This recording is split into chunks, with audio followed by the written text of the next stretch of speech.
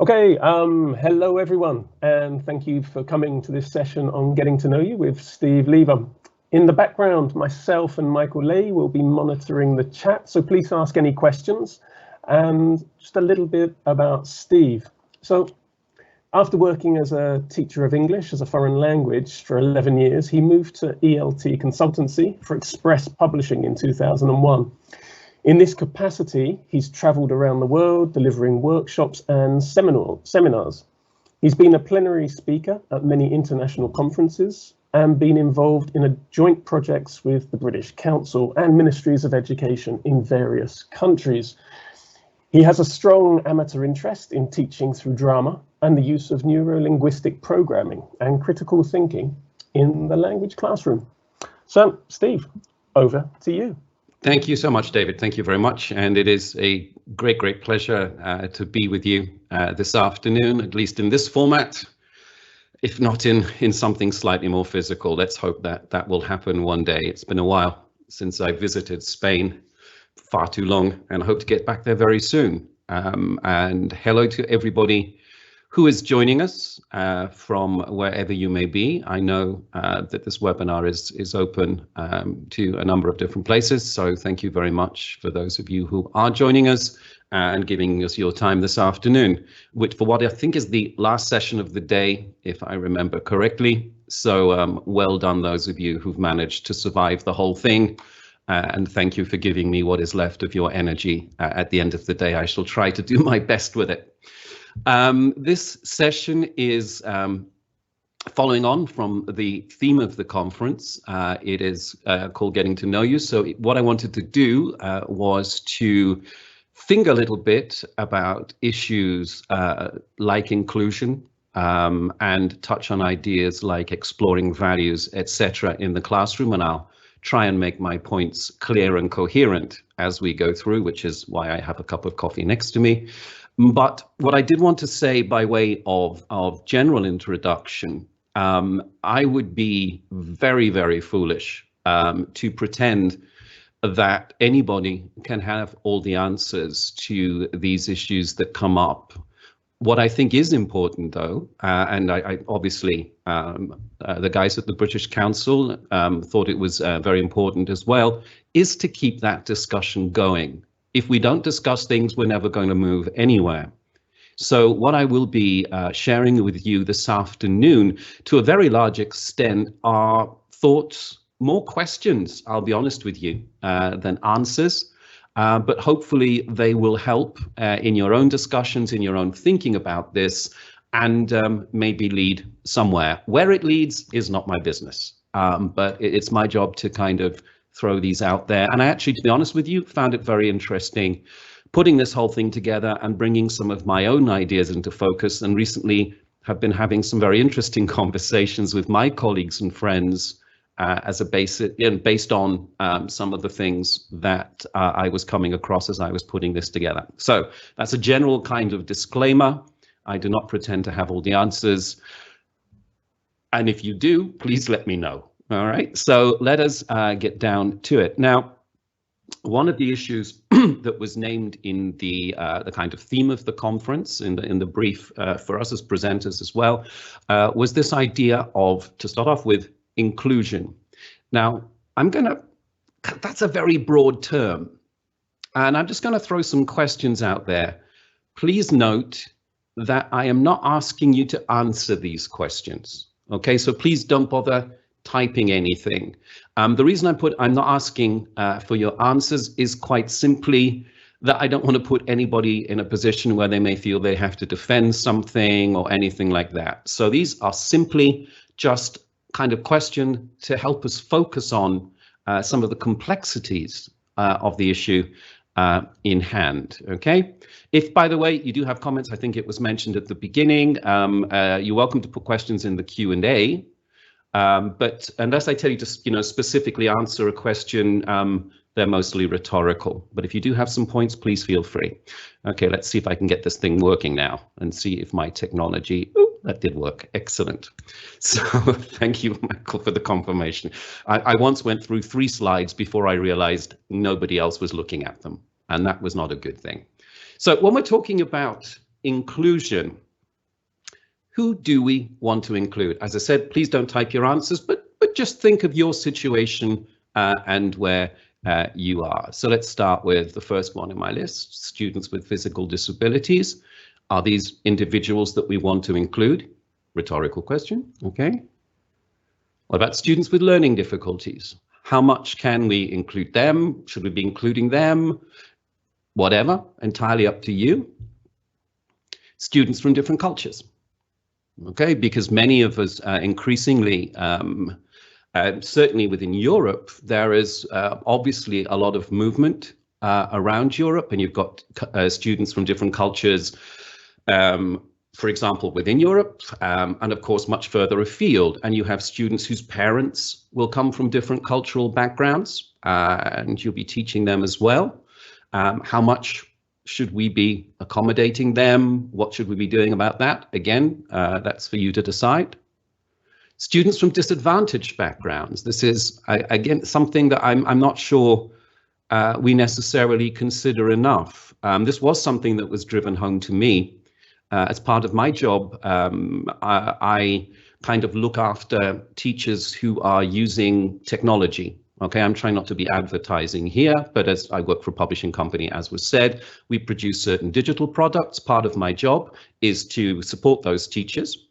And one of the things that came out in discussions with teachers who were using digital products, etc., was that not all students, for example, have access to internet, and students who don't necessarily have access to computers. I mean, that sounds a bit weird, but if you think maybe there are 3 kids in a family, can the family actually afford 3 computers for their kids to be using all at the same time? Now, certainly some families can, some families can't. If we're thinking about inclusion, how do we deal with that? Yeah. Is it our business to deal with that? Is it our job? How do we work around that? Again, it's just out there as the question. Do we want to include LGBTQ plus students? How are we going to deal with that? Yeah. We have students who have different gender ideas of gender. We have students who are gay or whatever. What do we do about that? Do we include them? Extremely religious students, don't care which religion. I'm not here to talk about anything in particular, but if we have students with very strongly held religious beliefs, how much do we accommodate that? How much do we include it? Final point here, extreme political views. Yeah. How much do we bend to those, accommodate those, make those students feel included, and et cetera, et cetera. Now, again, I just threw these out, not because I'm trying to push an agenda, but simply because if we're thinking about inclusion, we have to decide where our line is. And that is a decision for you to make. It's not a decision for me to make. It's usually much easier to get a positive answer from the top of the list than it is from the bottom of the list. And that's why I deliberately put them in that order. You know, that people kind of go, yeah, of course, of course, of course. As you move further down, it's like, oh, well. Okay. So the question is, first and foremost, if we're looking at being inclusive in a classroom, as a school organization, where is our line? How far are we prepared to bend, and who are we prepared to do that for? It's a discussion to be held, not to be answered now, as I said, but it is out there, and these are serious issues. Yeah. And following on from that, of course, there are a number of factors that are going to affect those decisions above and beyond what the individual teacher may feel. Okay, because the teacher is not teaching within some kind of vacuum. A teacher is part of a society, and a very important one, and in many countries, a respected one. Not necessarily in every country, unfortunately, where they should be, but they are an important member of society with an important role to play, but they exist within that society, and they are not separated from it. So, for example, all when you're looking at things like inclusion, when I'm talking about the line, it's not just the individual teacher's line. You obviously got your own personal beliefs, your own personal, as far as this and no more, or this is fine, but I'm not sure about this, as I tried to point out in that first list. Where is your, if your students, where is their line? What is taboo for them? What are they not willing to accept? The institution where you work. If you're working in private institution, a state institution, if you're working in an institution funded by an organization or other, it doesn't really matter. Where is their line? You as teacher may be perfectly okay with a number of things on the list I just showed you and more, because that was just indicative. But the institution for which you work may not be so accommodating to certain groups of people on that list. And you still have to work within that. So when we're talking about being inclusive, this is not just something that is the concern of the individual teacher. The teacher is existing within a smaller community, which is a school, which has its own set of values. Okay, and you need and should be aware of those. If you think that they are wrong, then okay, you can work within that institution to maybe open that discussion. But at the end of the day, you're an employee there. How far can you go? And again, it's a question, not an answer. Okay, I will try and give some answers as I go through, but I wanted to kind of draw a general kind of background to these things. And there is a question when we're talking about being inclusive and getting people, to accept each other and work together. How much is it the teacher's job to actually challenge or change or be the driving force there? As I've said already, it may be the case that you have, as an individual, you're broadly accepting of most things, but you work for an institution that isn't. Are you willing to put your job on the line? Yeah. I remember when I started teaching in Greece, forgive me for a quick anecdote here, not a funny one, I should add, anecdote in its truest sense. I was teaching a group of kind of proficiency level students. And we got onto the subject of Greek history.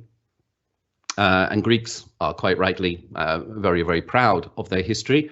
But it's not always taught in schools in necessarily the most impartial way, which is true in many countries, I should add. And I got into trouble because I challenged what I felt were certain historical facts. Not from my own head, because I do read a lot of history. And I got kind of in trouble for that. Now, it was not my intention to be terribly provocative. It was just me being a little inexperienced, feeling right there and then that this isn't really historically correct. And by the way, I'm talking about Greek historians as well. And I got in trouble for that. Now, okay, thankfully I didn't get fired, but it was an eye-opener for me. So I had to learn, when these subjects came up, to handle them slightly differently. It was a learning experience, okay? So there may be a point at which you have to say, okay, I don't think this is right, the policy, but I'm taking the money and I'm working here and I want to be realistic about that, okay? So this is the kind of framework within which everybody is working. It's not as straightforward as waking up and deciding you're going to change the world in your language classroom. There are a number of very real restrictions on exactly how far you can go and how fast you can go. Does that mean we don't do anything? I'm not suggesting that for a second, but I am suggesting we're realistic about it, okay? One of the things that is changing, which is not down to teachers so much, and I just want to mention it briefly before we go into ideas like classroom work, etc., is an idea, the expression normalisation. What we are finding these days is a much greater emphasis being placed on the idea of making materials, for example, and just speaking from our side now, there is increasing awareness from, for example, education ministries in certain countries that things like textbooks, etc., teaching materials generally, are to become more inclusive and through that to normalize certain issues. For example, we work with the Ministry of Education in Portugal, and Portugal is very insistent on inclusion in its school system. So, for example, we have to make sure that images in the books are, show more than just the average individual, that we provide material, for example, for individuals with certain learning difficulties, etc., etc., etc. They're very conscious of that in their education system. Now, that doesn't happen everywhere, but I'll be honest with you, from again, with my publishing hat on, just to talk about the change, we have been called out. We have been called out by customers, students using our books, and quite often it's students who, on using older material, found certain things to be, let's say, not offensive, possibly, not as inclusive as they might be. And it's something that our authors, etc., we have to work on to make sure that material we provide is becoming more reflective of a much more integrated, inclusive society. And that's not something driven necessarily by the teachers, but what I'm trying to say here is change is possible, but it's going to happen gradually in many, many areas. Having said that, for example, we have to look at things like gender roles, who does what around the house, even at primary level, to set an example that, everybody can do everything, rather than these are mum's jobs and these are dad's jobs, for example. We look at that. But it's not there yet. For example, it would be very brave of us to, for example, put a same-sex couple as parents in a course book. Not that we have a particular problem with that, but there would be a massive problem, certainly in certain markets, if we put that there. Yeah. And even in some markets which we think are terribly liberal, there would still be opposition to that. So it's going to take place, I think, gradually, partially through this idea of normalization. And it is something that's being looked at ministerial level, at school levels, as you go through. Everybody is trying within the limits that are there to think about people that, for example, here with physical disabilities and so on and so forth, the role of women, and looking at more positive role models, less traditional, maybe, if that ever existed, models of women, etc. Okay, so there is a shift. This is what I wanted to point out to you. I'm just going to put that there because I don't want to leave pictures of the book on the screen. There is a shift taking place in many, many countries around the world, helping teachers move towards a more inclusive approach to education in general. And of course, we're talking about language education here, but it's not just there. It's not just something that takes place in the language classroom. If we're looking at inclusivity in education, we look at education as a whole, not just one specific aspect of it.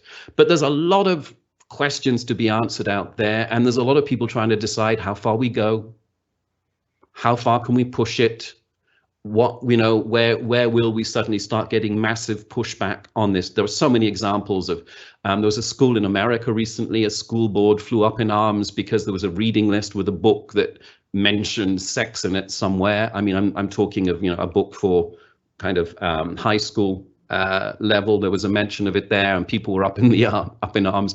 And I'll be honest with you, I do wonder if they've heard of the internet, because I'm quite sure whatever was in that book, and it was a very small reference. Well, anyway, let's not get into that subject, because I'm not prepared to get myself in terrible trouble either. And I'm trying to, but you get my point. So having said that, whatever our personal agenda is, whatever we feel is important to promote as values, to promote inclusivity in our schools, there will be times when difficult subjects come up. And that's going to happen. And it's certainly going to happen as we move forward in language education. Because, my images, David just left and I suddenly saw things changing on my screen. Sorry, I thought I'd pressed the wrong button, my apologies. as we move forward in language education, we are going to find that as learners have access to more texts, as learners can understand more of their YouTube videos or their Instagram feed or whatever it may happen to be, that these things are going to come into the classroom. Remember, of course, that when we teach language, one of the things we want is for our learners to go out there, outside the classroom, outside the course book, and start getting involved with English, literature, newspapers, movies, you name it, etc., etc., etc. And when we do that, we cannot shield them from subjects that are going to be, let's use the old-fashioned word, controversial. Okay, so when that comes along, how do we deal with it? We don't even have to provoke it, is what I'm saying. Many of you will have been in the same situation as me when students come in the classroom looking, they've been listening to rap or something, or whatever sub-genre of rap they're listening to. I've lost track and I don't really care. And they start asking, what does this mean? Or what does that mean? And you know full well what it means, but you know full well you probably won't be getting a salary next week if you explain it in too much detail. With older students, okay, you can explain it delicately. I'm afraid sometimes with younger students who came in, I just quite simply said, I'm not really sure, it's an Americanism. And that was my kind of way out of that, because I felt a little unsure talking about such subjects with younger students, okay? But on a serious side, it's going to come up. So how do we deal with it? And that's what I want to do now. I gave a kind of general context to the whole thing as far as I'm aware, and your experience may be different for that. And that's something that maybe you could throw in the Q&A later on, whether your experience is the same or different or what have you. And that would be a great thing to discuss, because as I said, this is all about discussion. So let us start with when difficult subjects come up. Maybe there's something coming up in a course book which for your particular students is going to be a little bit, or if they've come across something and classroom conversation has sparked off because someone came across something from another source. Okay, first and foremost, it's really important that you know your students. And by knowing your students, I don't just mean, the classroom student. I mean that we are aware of their background. You are familiar with their social environment, the places they live, the kind of even things like the socioeconomic background that they come from. Are they likely to be religious, political, or whatever it may happen to be? You do need to know your students well. And as a small add-on to that, I would add that any of you with us today who are teaching in a country other than your own, which is very common in this job. If you're teaching in an environment like I moved to Greece, etc., it may be a good idea to wait a little while before you jump in with both feet, until you have a clearer idea of what the culture is like where you are, what their perceived values are, how they see themselves, before you really start getting into that. Obviously, if you're a teacher from the same area, you won't have that quite so much, but it is something to be aware of. That's going to be telling you in a way where your wiggle room is here. Okay, so be aware of that before you even start is very, very useful. When we're talking of difficult subjects, I'm going to call them difficult. You get the idea. I mean, difficult in the sense of it may be a bit controversial, etc. Critical thinking, as was mentioned, I'm a big believer, is not quite the right word. I'm a big fan. I'm very interested in critical thinking in terms of how it helps us to avoid getting too emotionally involved in a discussion, because discussions become difficult when they get emotional. The more we can think about things critically, the easier those discussions become. Now, I'm not saying it necessarily changes people's minds, but it is easier to discuss things in a slightly calmer, more respectful environment if we're trying to focus on critical thinking. And now, critical thinking is a habit which starts way down. I firmly believe that the critical thinking is something that needs to be encouraged gently from as early as possible, so that students get into the habit of not opening their mouths without realizing they have to justify what they're about to say. Now, that doesn't have to be always for these very difficult and contentious subjects. You know, even if it's like, you know, should learners wear school uniform? I don't know why I always think of that one. You know, you cannot, for example, write a composition. I think school uniform was a bad idea because I don't like wearing it and school uniform is horrible. The end, Steve. No, you've got to explain. And this is, you know, we develop the habit in our learners whenever they express an opinion, that they back it up with information which is not purely emotional. Because I don't like it is not an argument, as I found out when my parents tried to make me eat mushrooms when I was a kid. So bring these habits in early, yeah, on the easy stuff, on the stuff that's not contentious. Always asking those why questions, yeah? Where did you get that from? What is the data you're using? What's the basis for this assumption? Not that assumptions are bad, but where's it coming from? Yeah. So do practice that with your learners. I have a couple of things I wanted to show you here. Okay, so if I click on that, something should happen. I'm not going to ask you to go through these now, but certainly, and many of you will be familiar with these, obviously, but when we're thinking about critical thinking, just being aware as teacher of the traps that people fall into. Now, you don't have to know them by name, and I certainly am not pretending I remember all of these. But when you're getting into discussion with learners, or when you're reading their written work, for example, please do try and remember to listen out for these, to keep an eye out, and use them as a basis of challenge when you're trying to get learners to think more critically in the classroom. Okay, go back to my list. Sorry, there was a video there. I'm not going to show you now. Oh, I've gone all over the place. Sorry, there we go. And I've also, give me a second because I've lost the Q&A. I'm going to bring that back up. There you are again. Okay, so what was I going to talk about? Ah, yes. Moving on from that and critical thinking, sorry, lost my place. When we are having these discussions that I've just mentioned, please challenge facts, not opinions. Now, there's a reason I say that, and it's hopefully it's a very useful piece of advice because it can get rid of a number of different issues.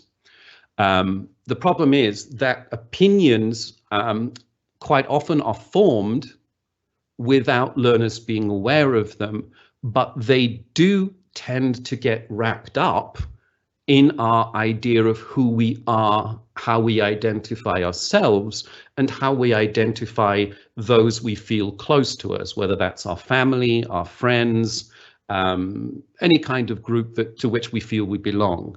If you start just challenging opinions, then that may well be perceived as an attack on the individual, in which case the individual is going to get defensive.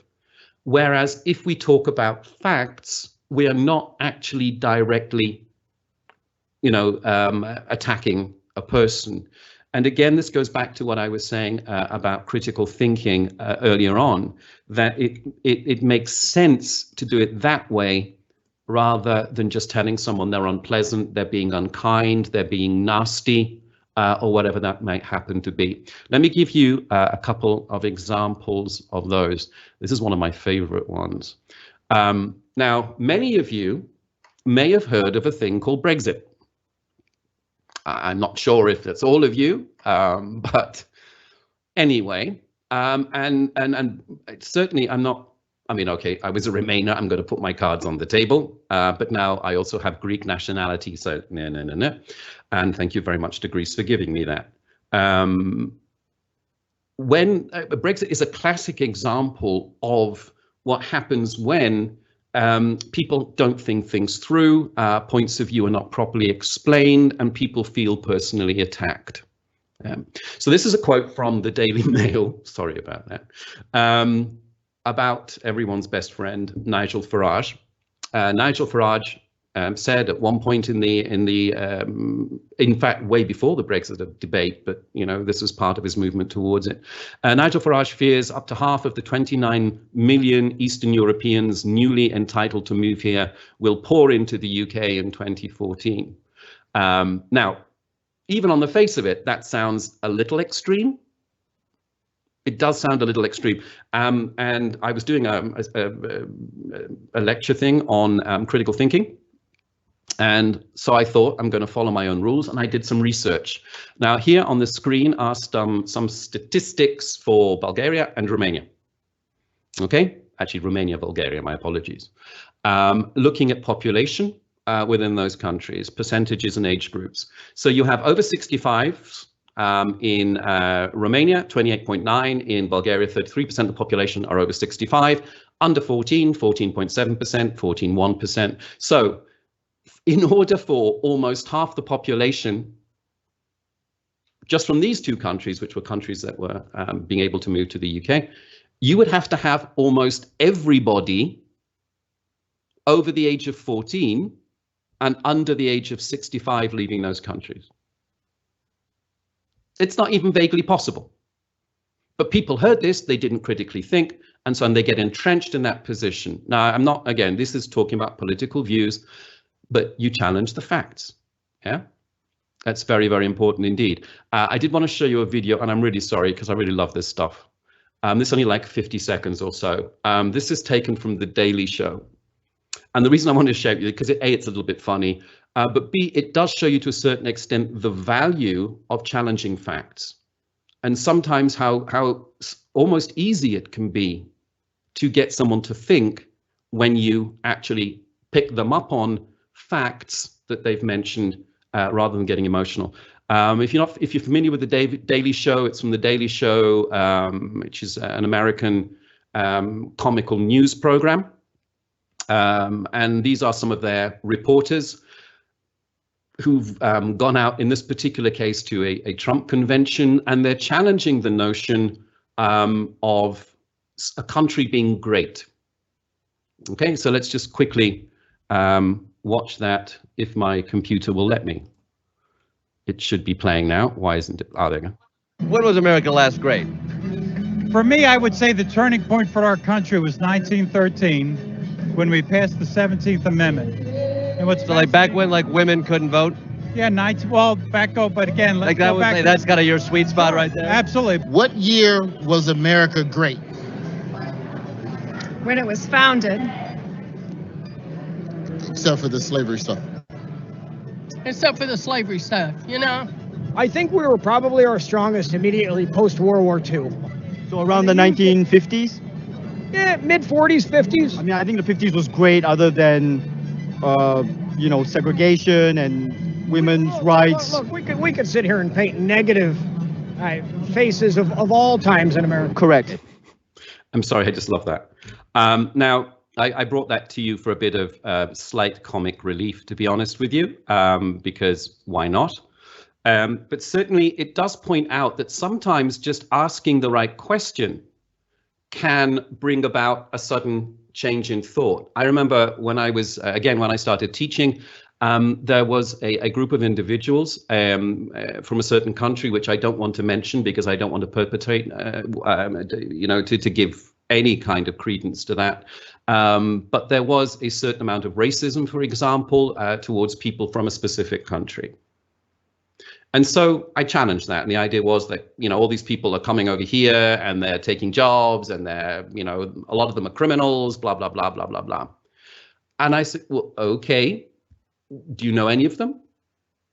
And almost every single person who admitted to knowing some people from this country all said, oh, no, basically the ones I know are fine. They're really lovely and they, do this and they do that and they're really nice. So I said, so you're telling me that all the people from that country are bad except the ones you know. How does that actually happen? Yeah. And I left it there. But by just, kind of bringing in facts, sometimes you do find people kind of going, And it is through encouraging people to use facts. Again, not trying to beat them down. Okay, the Comedy Central thing was, supposed to be funny. But when we're looking at it in a classroom, by gently challenging facts and getting people to do research, etc., we are doing the best we can to open their eyes to a different point of view. And that's what it's about. Now, they might not reach the conclusion we want, but at least we can feel comfortable that we have tried to move them forward on certain issues. Now, I need to get back to my main slide. Give me a second, because, oh yeah, well, no, that was the one I wanted to show you. There we go. This one, I'm afraid it's a little small. It's at the bottom. But even things like, getting learners to talk about what family means to them, identifying that, when people say, family values or things like this, challenge, what does family mean? What does it mean to you? What does it mean to you? What does it mean to you? Getting learners to be aware that there are different ideas and different ways of thinking about things is very, very important indeed. Let's go back here. So we've said challenge facts, not opinions, you as teacher. Now, another way of getting this done is to do things like organize debates. And I just wanted to mention a couple of ideas about organizing those. When we're looking at debates, obviously there is, in true sense of the word debate, there is a very formal structure for that. Now, certainly, I'm not going to get into that now for time reasons, but if you go online, for example, to YouTube, you can see examples of debates and how they're properly run, if you want to make it really formal. When you are setting it up, it's always a good idea before a debate on a subject to have learners do some research and some reading. Because again, what you don't want them to do is to go into a debate thinking that they can manage it with opinions. Yeah. So if we're looking at complicated, difficult issues, whatever those issues might be, for example, a woman's place is in the home. Not that I suggest you ever do that, but let's take that as an example. It is a debate I've heard, actually. If you're going to do something like that, fine, but there needs to be some groundwork first. Otherwise, you're just going to slip back into the same opinions, the same entrenched, this is what I believe because this is what my family has done, or this is what we normally do here. And you're not going to move things further forward. So maybe getting them to read some articles, getting them to go and watch a documentary or whatever it may happen to be, setting down some groundwork before the debate is helpful. Just launching into a debate, I'm afraid, is possibly not going to be as helpful as you might think. Another thing I would like to suggest there is that if you're doing a debate about something very sensitive, about which some learners may feel uncomfortable expressing an opinion because they don't want to be judged, you can make it an intellectual exercise. So, for example, you can randomly say who is supporting which point of view. You make it an intellectual exercise. So you basically just going, you're for, you're against, you're for, you're against, in very simplistic terms. I'm doing it now. But then the student cannot be accused of believing A, B, C, or D, because very much the teacher told them they had to research and defend it. Okay, and it may be through doing that that they feel very awkward about it, and that's fine. That may help them come to another conclusion. But if you want to avoid this kind of embarrassment of people not wanting to say something they think is going to be unpopular, give them a point of view. And so you're making it slightly dramatized, but also you're taking the burden off the student's shoulders, while at the same time making sure that there are ideas kicked around that everybody hears. It's worth a try if you feel that might help you with that procedure. Okay, so let's go back to me main screen. Empathy is another area when we're looking at inclusiveness in the classroom. Empathy, of course, is very important. The more we can empathize with each other, the easier it becomes to be accepting and inclusive. Please remember that you can intellectually, on a purely intellectually level, you can understand something. Like you may understand that someone has a certain disability, or you may understand that someone comes from a certain background, but that doesn't really get you into it. I think personally, I think that we only become more inclusive when we can really start to put ourselves in somebody else's shoes. That's when we start to think about it, I think, in different terms. So rather than just staying on an intellectual level, this idea of getting learners to imaginatively put themselves in someone else's shoes, I think is very instrumental in moving this whole thing forward. Now, that doesn't have to be, again, it's one of those things like critical thinking. It doesn't have to be always about the really important stuff. Getting learners to be imaginative, again, there's just an example here. It was based on a text about life in Victorian England, Victorian family values, which didn't exist. Getting them just to put themselves in someone else's head. Yeah. So this is what I was saying before, that if you can do these kinds of things with the easy stuff, then when it comes to more complex issues, when it comes to more contentious issues, hopefully it's easier for learners to move themselves into that position, okay, mentally, and get there. So do think about that just a little bit. Also, of course, empathy can be encouraged through things like role play. Role play is a fun thing to do, but only if it's set up properly. So if you're doing role play about a slightly contentious issue, again, do have discussed it a little bit first, but try and pick a situation where that particular subject would be relevant. So for example, if you're looking at discrimination in the workplace, maybe you could act out or do a role play of a job interview where the candidates are very different. Yeah, so maybe someone does have a physical disability. One's a woman, one's a man, one belongs to another group. I don't know. Yeah, and so you can replay the same situation a number of times. And again, so you change the dynamic. I'm even with a simple thing like I did one in a seminar where I had a hotel receptionist and a customer making a complaint, not a contentious subject. But by changing the dynamic of who is who, you got a completely different feeling to that role play. You know, so at one point the customer comes down to complain and the person behind reception is some punky looking teenager sitting with their feet up on the desk. And then you come back, do it again, but this time the person behind reception desk is some sweet old lady. You get the general idea. Yeah, so you can tweak the dynamics within a role play, do the same one and see how by changing things, you get a different atmosphere, you get a different result. And again, you can do the same thing with the debate here. You can randomly assign things. So no one is feeling singled out. No one is feeling that they are making fun of someone. No one's feeling that they're going to be embarrassed for a point of view. And just work within that. Okay, it doesn't always work 100%. Not all learners are comfortable with role play, but there are certain things I think that you can explore through role play if it's contextualized properly and you think about it a little bit beforehand. We are here. This is the situation. What are we trying to achieve here? Yeah, and then you can do the role play. And of course, if you do some kind of role play and you have an audience, if it is a difficult thing, if it's a difficult thing for people to act out, if it's slightly emotionally charged, ask the people watching how they felt about it as well. You know, did they feel that someone was being unfairly treated? Did they feel that this was going to be problematic? Did they feel that an opportunity was missed? So don't just leave it at we do it and then we stop, but actually have that discussion there, okay, about how it made us feel when we were involved in it. I have an example for you here.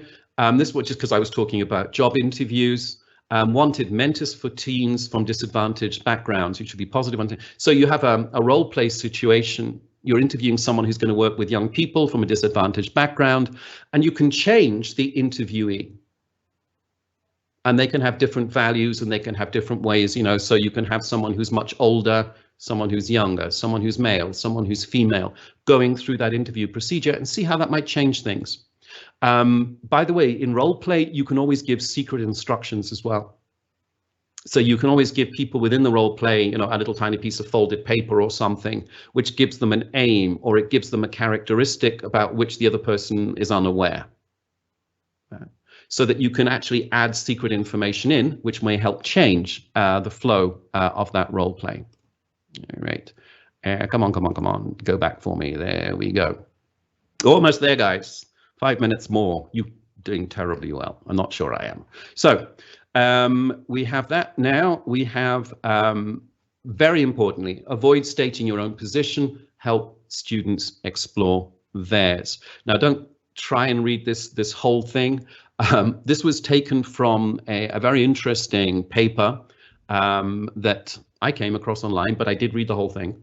How not to teach values. And this is a quote from within that paper from an institution's guidelines to those working within it. And the guidelines start with the quotes. Engaging the students in discussions, but only discussions of a particular sort. Why? Since the lessons have been designed to logically guide the students to the right answers, the teachers should allow the students to draw their own conclusions. However, if the students draw the wrong conclusion, the teacher is instructed to tell them why their conclusion is wrong. Now, this for me is very, very, very, very important. When we're looking at discussing things like values, which, let's face it, things like inclusion are very much tied to values. Values change. Values have changed. We've seen that a lot over the last few years. I mean, the whole reason we're talking about inclusion is a change in values. Ideas about what makes a family unit has changed.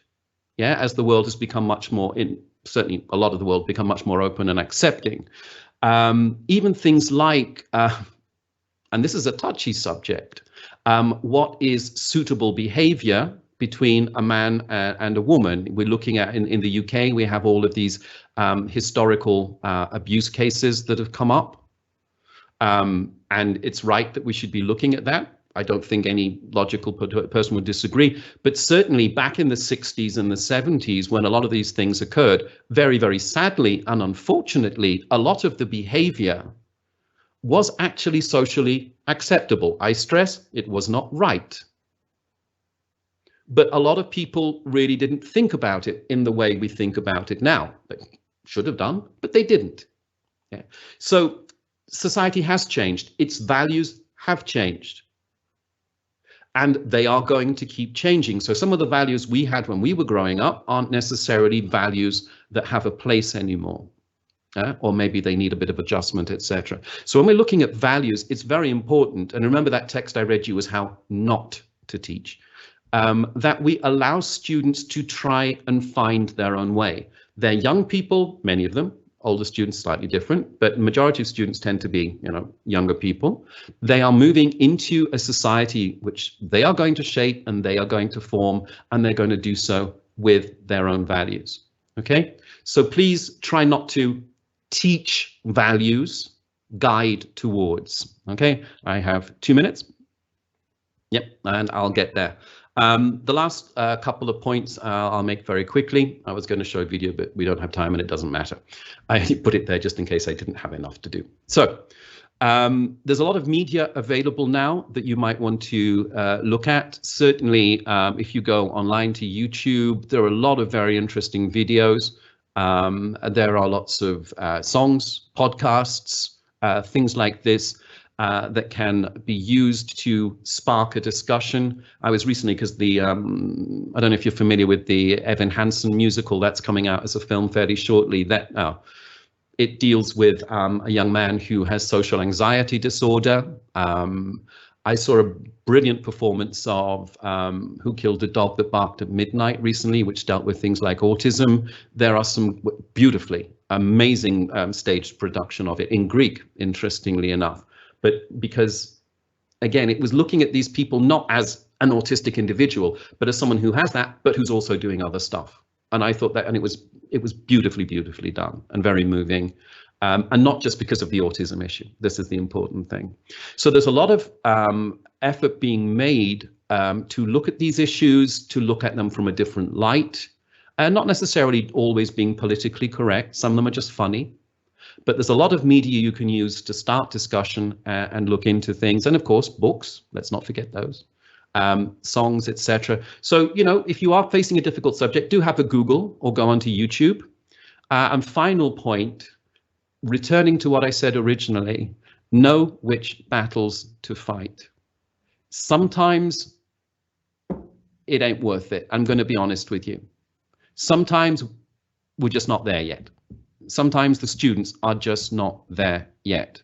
And as I said before, you may be in an environment or a culture where pushing against that too much, although that would be brave and heroic, might cost you a lot. Now, you make that decision. If you feel it's a fight worth fighting, you go there. But at the end of the day, there may come times when you're going to have to go, guys, we've got other things to do. I don't want to get dragged into this right now. At some other point, maybe we'll come back to it, but we're not going to discuss it right now. That may be an option as well. I'm not talking about cowardice. I'm simply talking about every now and again making the wisest decision you can under the circumstances. Okay, so a lot of stuff I threw at you. It's serious stuff and it does need thinking about, but I think it needs talking about honestly within a realistic framework. And I hope that's what I tried to do this afternoon. And I thank you for indulging me and letting me do it. And I shall hand the virtual floor back to Michael there and thank him and all the guys at the British Council for their organization and sorting everything out with technology, etc. Very, very grateful. Everything went very smoothly as far as I'm concerned. So thank you very much, gentlemen, for that. Well, thanks, Steve, and thanks everybody for coming. I mean, it's such a fascinating topic you chose, and I can see how at the beginning you said you really enjoyed the process of putting everything together there. But we really enjoyed listening to your questions, your ideas, and also, you know, some really good advice there. I was thinking in my teacher when I was training. I was recently qualified, you know, we didn't really have so many tools as a newly qualified teacher to deal with some of these difficult situations in the classroom. Mm-hmm. So I think we're going to take away a lot from this talk. We're going to be thinking about it for some time. So yeah, thank you very much. And well, it's my pleasure. Yeah, well, we've come to the end of our day. It's been a fantastic day. Dave and I here, we've really enjoyed all of the sessions we've been to. I hope you have too. Yeah, thank you so much to the speakers and the publishers as well for the collaboration and contribution. We hope that everybody's enjoyed the day and taken away lots of ideas to start the new academic year. That's part of the idea of doing the conference at this time of year. Don't forget, you can see all of the recordings. They'll be on our British Council Spain YouTube channel as well. And I've posted there a link there for you to give us some feedback too. We hope that, you know, wish everybody the best of luck for this academic year. I'm just going to mute because there's a ambulance passing. But we don't forget in our virtual hall as well, which is on a Padlet that you can access via our website and the webpage. You can also access lots of materials from that have been shared by the publishers and our speakers and by the British Council too. So enjoy the rest of your Saturday and thank you very much. Thanks again, Steve. My pleasure. Have a great rest of your weekend, guys. Bye-bye. Bye-bye.